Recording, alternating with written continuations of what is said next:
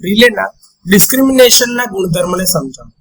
તો રિલેમાં ડિસ્ક્રિમિનેશનનો ગુણધર્મ હોવો જોઈએ.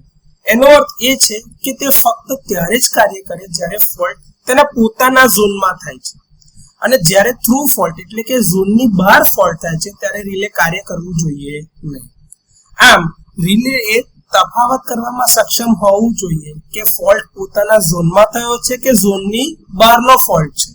કારણ કે અમુક વાર એવું થાય કે રિલે પોતાના ઝોનની બહાર પણ ઓપરેટ થાય, જેને ઓવરરીચ કહેવામાં આવે છે. ઓવર કરંટ રિલેના કિસ્સામાં આવું ઘણી વખત બનતું હોય છે, જ્યાં રિલેના કોઓર્ડિનેશનની જે પ્રોપર્ટી હોય છે એનું આમાં અને સિલેક્ટિવિટી પ્રોપર્ટી જે હોય છે એ બંનેનું આમાં વાયોલેશન એટલે કે એ જળવાતી નથી. રિલે જે છે એ ફોલ્ટ અને ઓવરલોડ વચ્ચે પણ તફાવત કરી શકે એટલું સક્ષમ હોવું જોઈએ.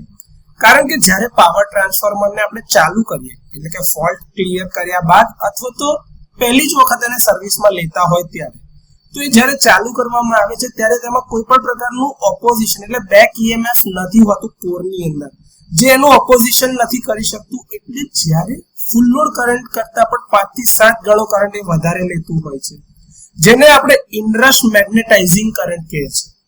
હવે આ ઇનરશ મેગ્નેટાઇઝિંગ કરંટ આટલા ઊંચા મૂલ્યનું હોય તો જો ઓવર કરંટ એટલે તાત્કાલિક ઓપરેટ થઈ જાય તો આમાં ટ્રાન્સફોર્મર ક્યારેય ચાર્જ થઈ શકે જ નહીં.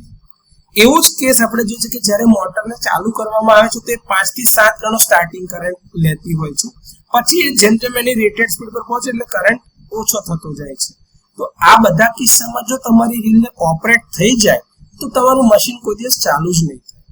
તો રિલેની અંદરમાં આ વસ્તુનો ઉમેરો કરવામાં આવે છે, એટલે કે આ ગુણધર્મ ઉમેરવામાં આવે છે કે જેથી કરીને નક્કી કરી શકે કે રિલે ફોલ્ટ કન્ડિશનમાં ઓપરેટ થાય છે કે આવો સ્ટાર્ટિંગ થયેલું છે. જો આ બંનેમાં ભેદભાવ કરી શકે એટલે કે તફાવત સમજી શકતી હોય તો રિલેની ડિસ્ક્રિમિનેશન પ્રોપર્ટી સારી છે એવું કહેવાય.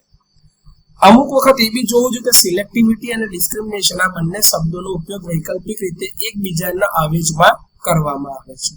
તો આ રિલેના ડિસ્ક્રિમિનેશન ગુણધર્મ વિશેની વાત છે.